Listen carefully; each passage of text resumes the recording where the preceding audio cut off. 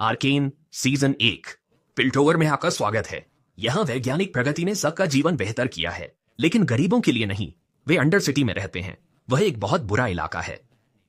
यह कहानी under city की दो बहनों की है, वाई जो बहुत सख्त है और उसकी छोटी बहन पाउडर जो अभी भी मासूम है। वे और उनके दोस्त छोटे चोर हैं।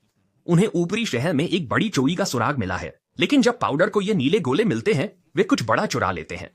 रास्ते में पाउडर एक गिरा देती है, बड़ा धमाका होता है। अब वे सबसे वांछित हैं।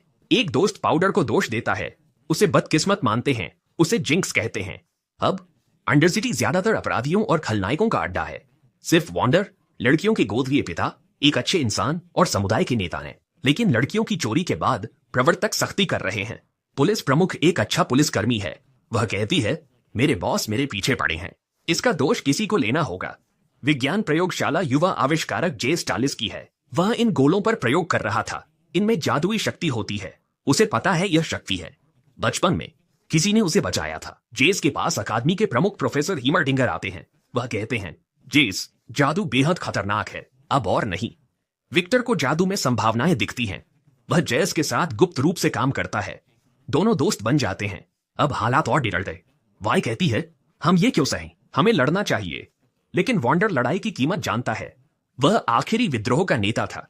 इसमें लड़कियों के माता पिता मारे गए थे और शांति बनाए रखने के लिए वॉन्डर आत्मसमर्पण कर देता है।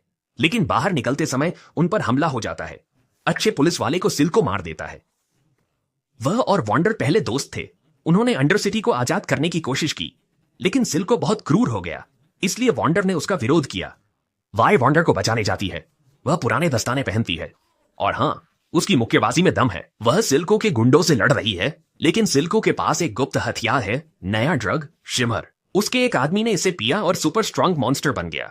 पाउडर भी बाहर आई। वह खुद भी एक आविष्कारक है। वह प्यारे छोटे बम बनाती है, लेकिन वे अच्छे से काम नहीं करते। अब जादुई गोलों के साथ उसके पास और ताकत है। उस रात वास्तव में जेस और विक्टर ने जादू को स्थिर करने का तरीका खोज लिया था, लेकिन पाउडर नहीं और उसका बम फट गया। धूम, महाकाव्य विस्फोट।